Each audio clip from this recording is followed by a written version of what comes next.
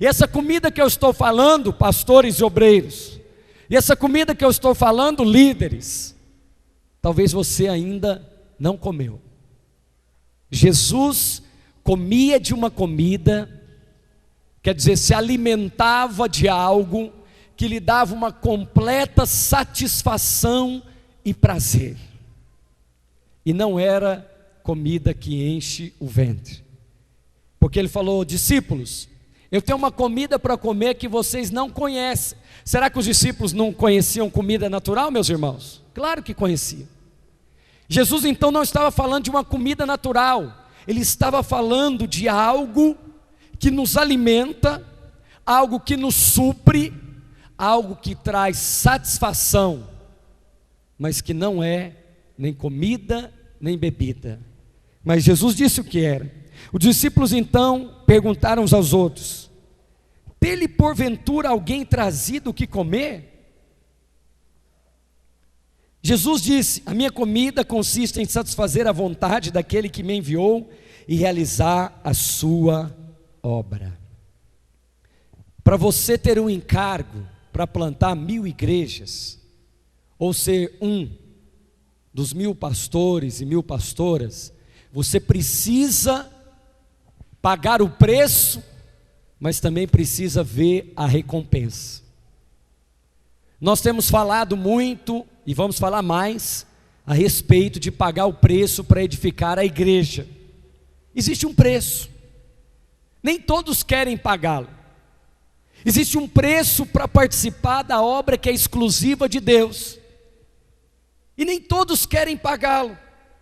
Alguns querem ter o benefício da obra, sem pagar o preço que ela exige. Você que hoje, nessa tarde, que não está fácil, o calor, a temperatura, está pagando o preço. Enquanto muitos estão aí desfrutando de um dia de calor no feriado, você resolveu abrir mão disso para comer de uma comida que não está sendo vendida nos restaurantes, nas lanchonetes e nos supermercados. É o pão vivo que desce do céu, é a palavra de Deus. É um preço, e o preço não é igual para todos. Fala para o irmão que está do seu lado: o preço não é igual para todos. O preço é mais caro para uns do que para outros. Por exemplo, Jesus falou para o endemoniado gadareno. Depois que o endemoniado gadareno foi liberto, o que ele falou para Jesus, meus irmãos? Mestre, deixa eu te seguir, não foi? O que Jesus falou para o ex-endemoniado gadareno? Não, você não vai me seguir não. Você vai voltar para os seus familiares e vai pregar o evangelho para eles, não foi assim? Agora, para o jovem rico, quando Jesus colocou o preço, o que Jesus falou? Jovem, vende tudo e me segue. Ele colocou o preço, mas o preço foi diferente para o endemoniado gadareno, para o rapaz e para o jovem rico. O preço foi diferente. Para um ele falou, é como se fosse assim: pastor Sérgio Carvalho, você não vai me seguir não, você vai voltar para a sua família e vai pregar o evangelho para eles.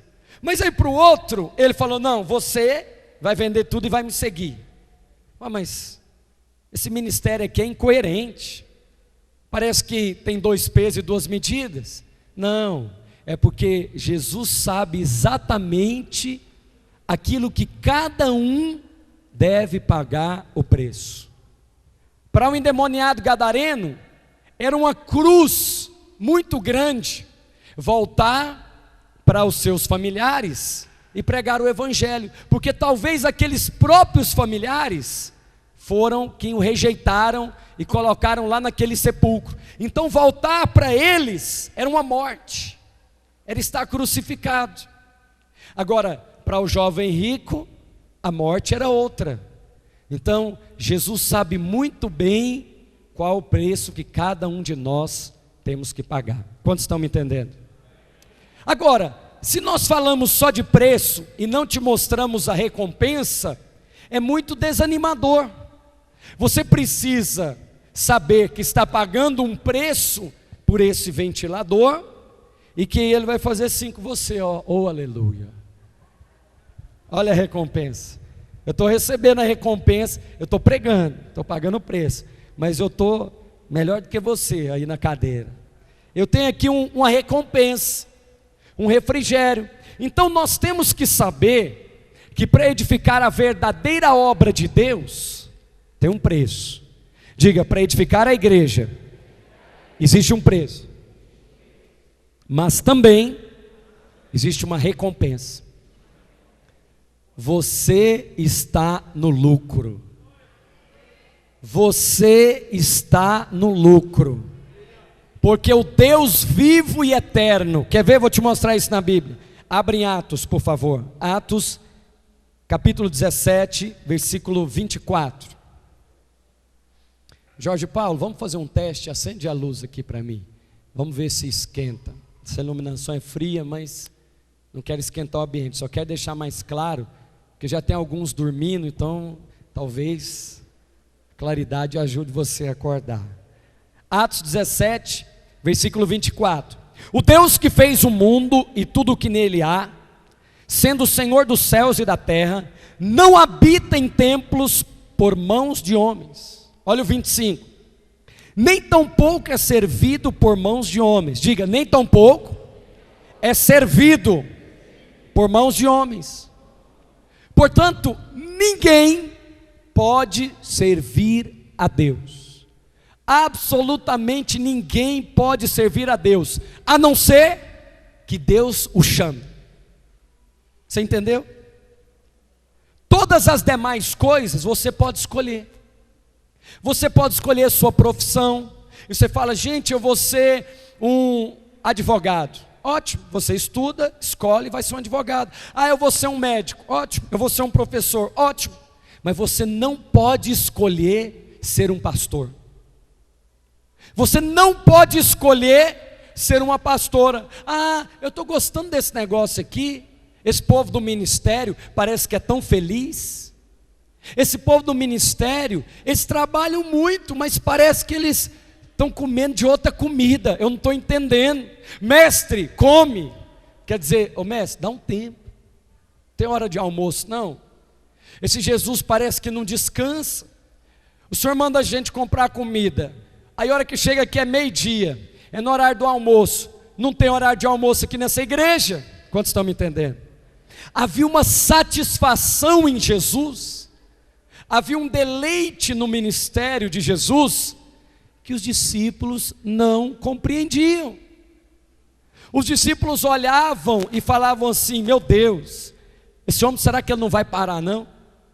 Será que ele não vai parar para comer? Comida é necessidade básica. Comida é para necessidade básica e é para satisfação. Na Bíblia, comida é um princípio espiritual. Portanto, o texto de João 4 está falando de uma outra comida. E essa comida é a satisfação que Jesus tinha no ministério. Portanto, preste atenção, querido. Você não pode servir a Deus, a não ser que Ele te chame. Quantos chamados nós temos aqui? Ah, pastor, você está falando de chamado para o ministério pastoral? Não. Eu estou falando que um dia, você e eu estávamos lá nas trevas, e você ouviu a voz do Espírito Santo, e Ele tocou o seu coração, e você entregou sua vida a Jesus. Você é alguém chamado de Deus. O Deus que não pode ser servido por mãos de homens, resolveu dar a você um privilégio. Fala assim, eu estou no lucro. Agora você coloca, embute esse lucro no preço que você está pagando. Porque se você colocar o lucro no preço que está sendo exigido para você pagar, vai ficar mais fácil pagar. Quantos estão me entendendo? Por que o jovem rico não quis pagar o preço? Porque ele olhou para aquilo que ele iria perder, ao invés de olhar para a recompensa. Por que muitos outros na Bíblia, como Sansão, e como outros homens que começaram bem e terminaram mal, não quiseram pagar o preço? porque eles olharam somente para o preço e não olharam para o privilégio. Nós somos privilegiados. Portanto, se você é um privilegiado, se você for chamado por Deus para servi-lo na obra, pagar o preço, agora ficou simples, porque você terá uma satisfação tão grande, uma alegria tão grande de se envolver na obra de Deus, que você vai servir ao Senhor com alegria. Pastor, o que o irmão está querendo dizer? Versículo de número, agora, vamos voltar para o texto, versículo de número 2, vamos ver algumas coisas aqui. Capítulo 4, vamos ler através do versículo de número 1. Quando, pois, o Senhor veio a saber que os fariseus tinham ouvido dizer que ele, Jesus, fazia e batizava mais discípulos do que João, se mesmo que ele não batizava e sim os seus discípulos, deixou a Judéia, retirando-se outra vez para Galiléia. E era necessário passar por Samaria. Chegou a uma cidade chamada Sicar. Versículo 6, estava ali na fonte, diga cansado. Diga cansado. Talvez é assim que você esteja agora, cansado. E é legítimo você estar cansado, especialmente os irmãos que vieram de outras cidades, levantaram de madrugada. O calor faz com que nós nos cansemos mais rápido. Você consegue ficar longas horas num ambiente com ar condicionado, mas num ambiente como esse, o cansaço é mais rápido. Portanto, preste atenção no que eu vou lhe dizer. Parece que no meio evangélico, ficar cansado tornou-se pecado. Parece que no meio da igreja, ficar cansado tornou-se algo pecaminoso. Mas diga assim comigo: Jesus estava cansado. Portanto, estar cansado da coisa certa não é pecado. Estar cansado no físico, estar cansado porque você teve que fazer uma jornada de trabalho extra, ou você, como alguns irmãos aqui, viajaram longas horas, é normal e é legítimo. Quantos estão me entendendo? Ter férias é de Deus. Fala para a pessoa que está do seu lado: ter férias é de Deus. Eu conheço irmãos que estão aqui me olhando com esses dois olhos lindos aí que você tem, que tem 4, 5, 6, 7 anos, que não tiram uma férias com a sua família, com a sua esposa. Você está pecando, irmão. Ah, eu não tenho condições. Quem falou que para tirar férias você precisa gastar dinheiro? Para tirar férias não precisa gastar dinheiro, mas tem que vencer mamon. Porque o mamon não deixa você parar de trabalhar. Porque o mamon obriga você a trabalhar 7 dias por semana, trabalhar entra ano e sai ano. O mamon não dá férias. Diga assim: mas Jesus estava cansado. Não é maravilhoso Jesus cansado? Você pode ficar cansado também. E não tem que vir nenhuma acusação sobre você. Ah, pastor é o sujeito mais acusado do planeta. Não tem nenhuma profissão, né, tão acusada quanto pastor. Porque o sujeito vira, fala assim para ele: ei pastor, você está aqui? Estou de férias. Ah, de férias, hein? Ué, mas de férias igual qualquer uma outra profissão.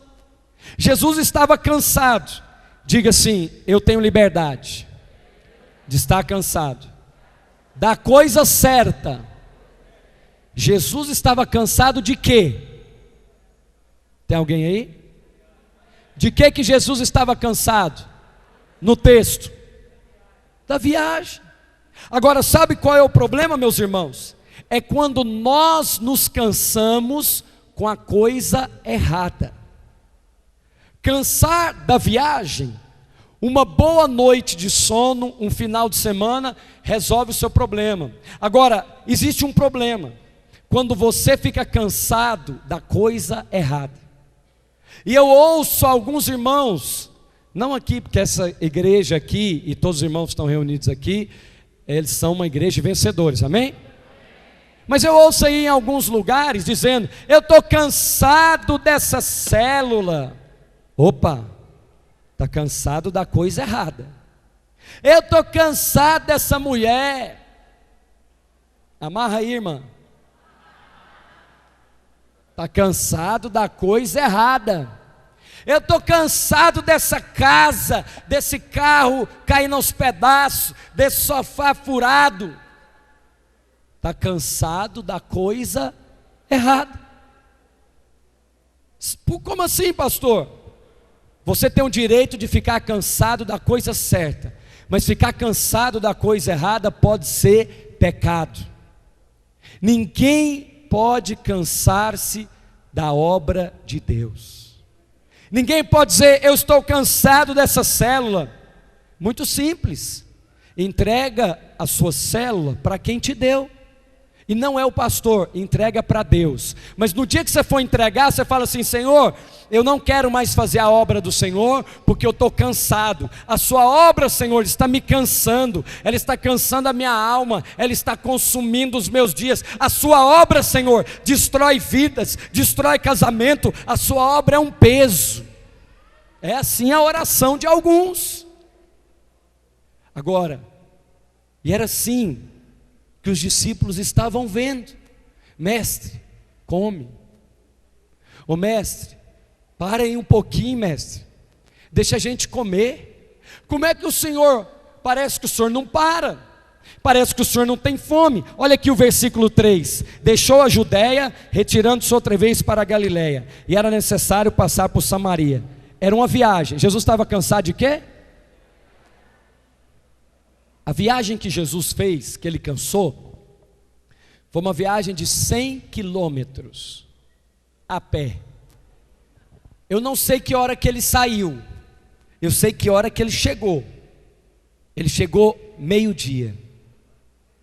E aí viram um poço, Jesus sentou-se, tinha uma mulher lá, e os discípulos: graças a Deus, que esse final de semana não vai ter encontro. Graças a Deus, que esse final de semana não tem reencontro. Graças a Deus, que nesse final de semana não tem conferência. Ô pastor, come. O senhor não cansa de fazer conferência, não? Parece que essa é uma igreja em conferências. Mestre, come. Mas filho, sabe o que acontece? Você não vai plantar 1000 igrejas, nem 1000 pastores, se você não descobrir outra comida. Quantos querem comer essa outra comida? Essa outra comida, em primeiro lugar, é cansar-se da coisa certa. Para de ficar reclamando da obra de Deus, como se a obra de Deus fosse um peso. Sabe por que as nossas células não crescem mais? Porque nós não estamos comendo dessa comida que Jesus disse. Porque se nós comêssemos dela, ir para a célula seria uma grande satisfação e um grande deleite. Uau! Hoje é dia de célula. Alegrei-me quando me disseram o quê?